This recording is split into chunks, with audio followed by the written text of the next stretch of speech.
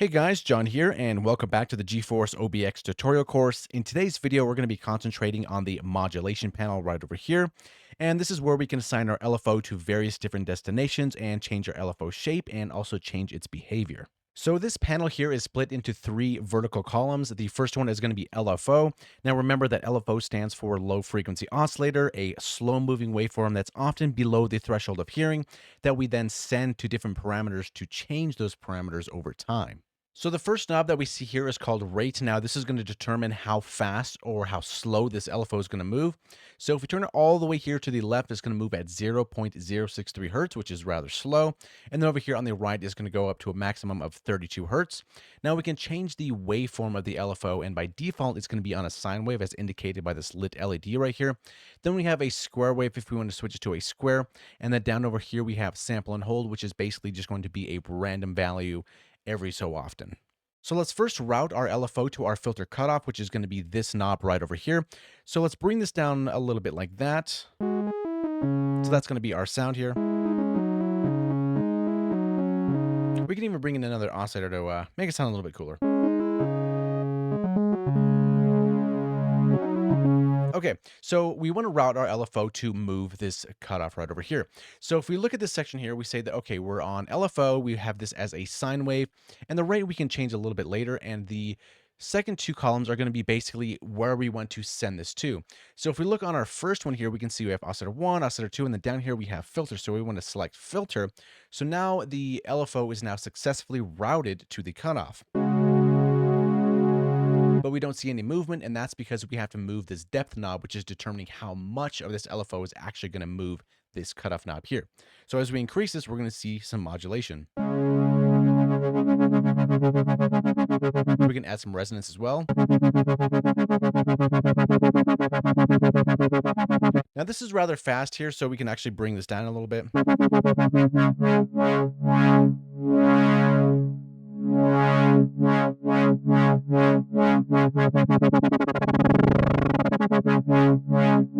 And we can also try a square wave. So it's basically going to bounce between two different values. And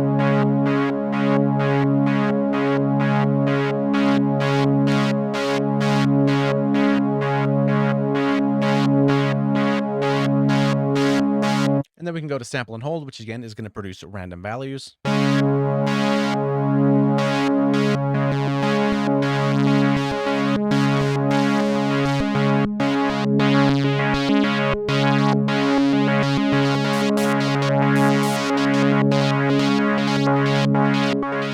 So what if we want our LFO to actually be synced to our DAW? So what we can do is this little circle up here with these arrows, we can go ahead and click this, and then now our rate knob is going to change here. So for example, we can have this in half a bar. Change this back to sine wave. Or if we want this a little bit faster, we can maybe go to a quarter note. Or even faster, let's go to an eighth note. And maybe that's a little bit too much depth. If we want something a little bit more subtle, we can bring this depth down.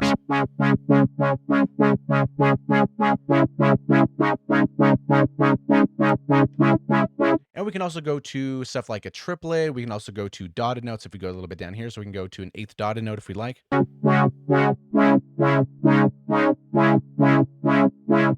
So starting from a fresh patch, what we can do is check out these other destinations here. So right now our LFO is going to be on sine wave, and we're not going to have it synced right now at the moment. So our first column here, we have oscillator 1 and oscillator 2. Now this is going to determine the pitch of these different oscillators. So what we can do, we can select the oscillator 1 right here because that's going to be default routed here to the mixer. That's the first oscillator that we're hearing. And as we start increasing this depth, we're going to start hearing some pitch modulation. And if we slow this down pretty drastically, we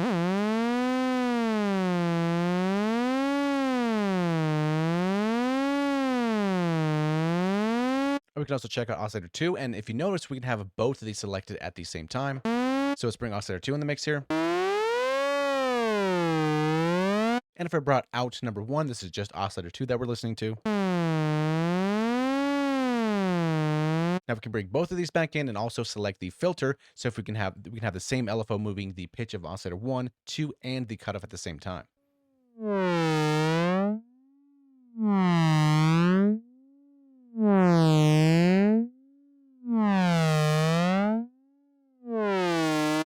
So again, from a fresh preset, let's take our LFO and let's assign it to some of the destinations here in the second column. So the first button that we see is pulse width modulation 1. The second one is pulse width modulation 2, and then we have volume. So what we can do is check out the first one here, but remember this is pulse width modulation, so we're going to need a pulse wave for this. So our first oscillator, let's deselect saw, and then let's select pulse here. So we have a pulse wave right here, and we can change the width with this knob manually, or we can let the LFO do it and select it here and then give it some depth. And let's slow this down so we can really see what's happening.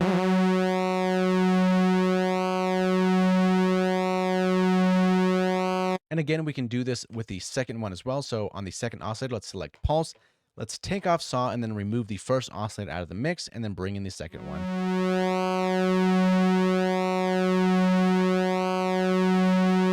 So the same thing is happening there. And the last one we have is volume. So let's go ahead and initialize the preset again. So now our LFO is going to control the volume. So we select this here and then bring in our depth. And then we have a tremolo.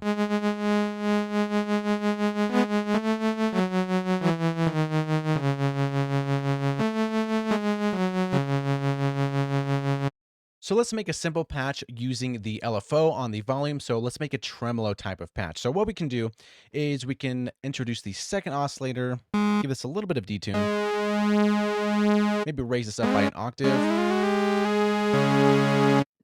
bring our cutoff down, and our loudness envelope, let's give a nice release here. Let's give us a modulation.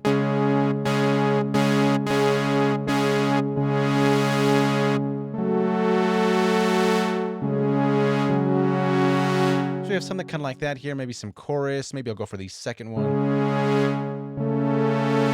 A little bit of delay, some high pass. Turn on a reverb, and then maybe go with the small for now.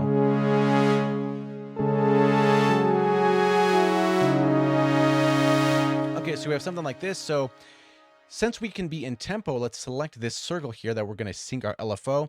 And for this, maybe we can go to 16th notes and apply some depth here and assign to our volume.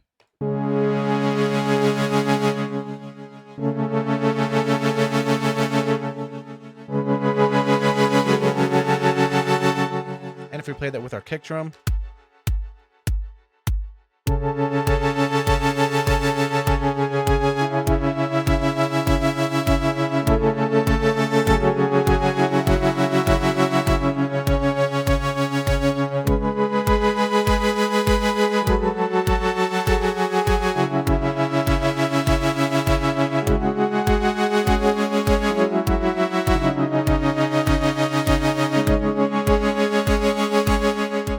so the next thing that we need to tackle is going to be this advanced tab for the modulation panel.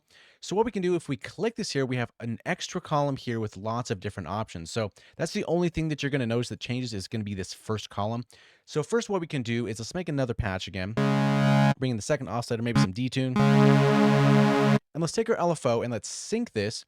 However, let's attach this again to volume and then increase the depth a little bit. And maybe for the rate, let's go to 1/16. So something that we kind of just had. Now, if we go to the advanced tab, the first knob that we're going to see is called intro. Now, the cool part about this is that this is actually going to delay the effects of the LFO for a certain amount of time. So let's say we like this tremolo patch, but we don't want the tremolo to start exactly once we hit our notes. So what we can do is grab this knob, and then let's say maybe we can go to a quarter note. So it's going to wait a quarter note until the first, until this tremolo starts to kick in.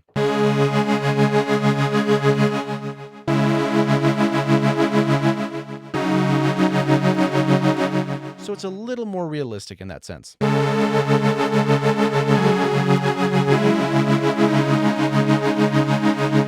Or for drastic effect, we can go all the way up here to 4 bars.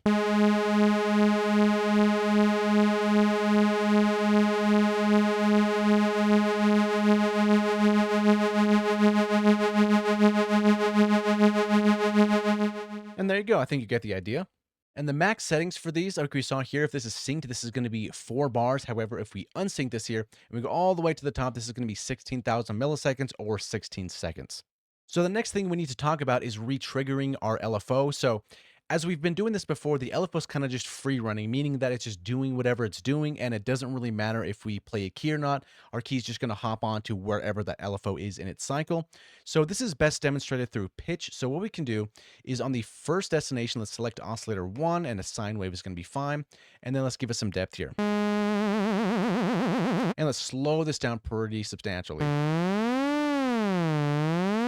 So you have something like that. Okay, so our LFO is just constantly going to be moving. It's free running. So if we hit notes really, really fast, we can kind of just hear that we're hitting fast notes, but the LFO is still changing the pitch here.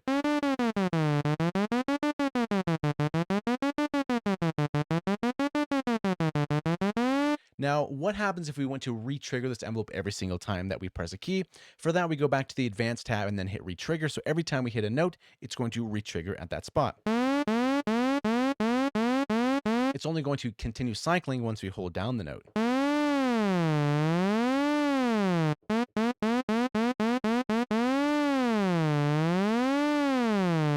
So below the retrig switch, we have a phase switch. Now this one has 4 different positions, and each time we press it, it's going to cycle to the next position. Now remember that a full waveform cycle is going to be 360 degrees, and each time we press the phase switch, it's going to shift the waveform by 90 degrees.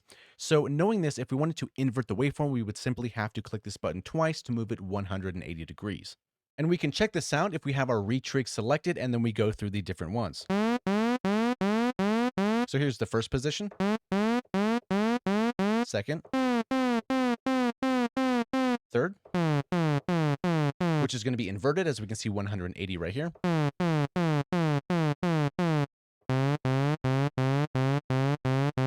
And then we're 270 degrees. And then off, we're back to regular.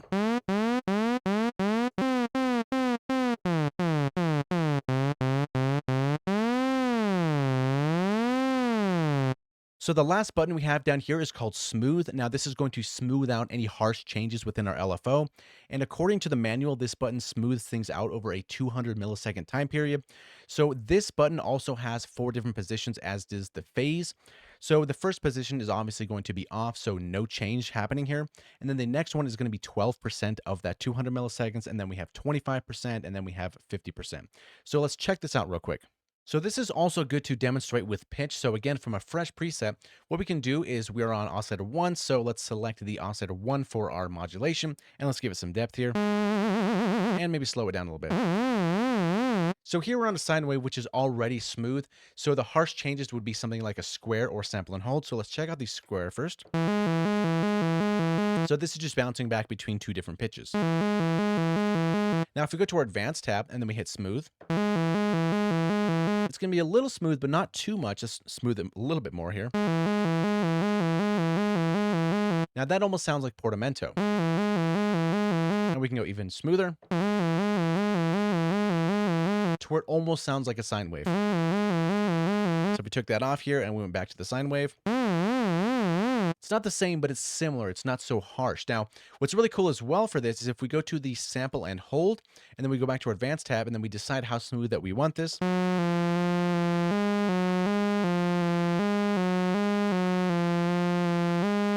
Now, completely smooth.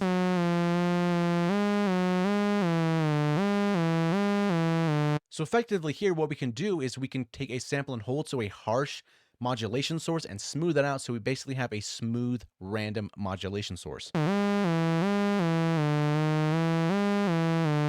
we can put this on the filter.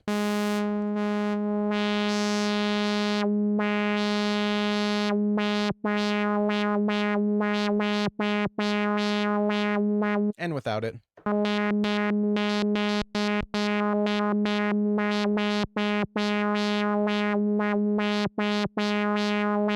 Alright guys, that wraps it up for the modulation panel. In the next video, we're going to be tackling the control panel, which has a lot of cool different tricks up its sleeve. So thank you so much for watching. Hopefully you learned something, and we'll see you in the next video.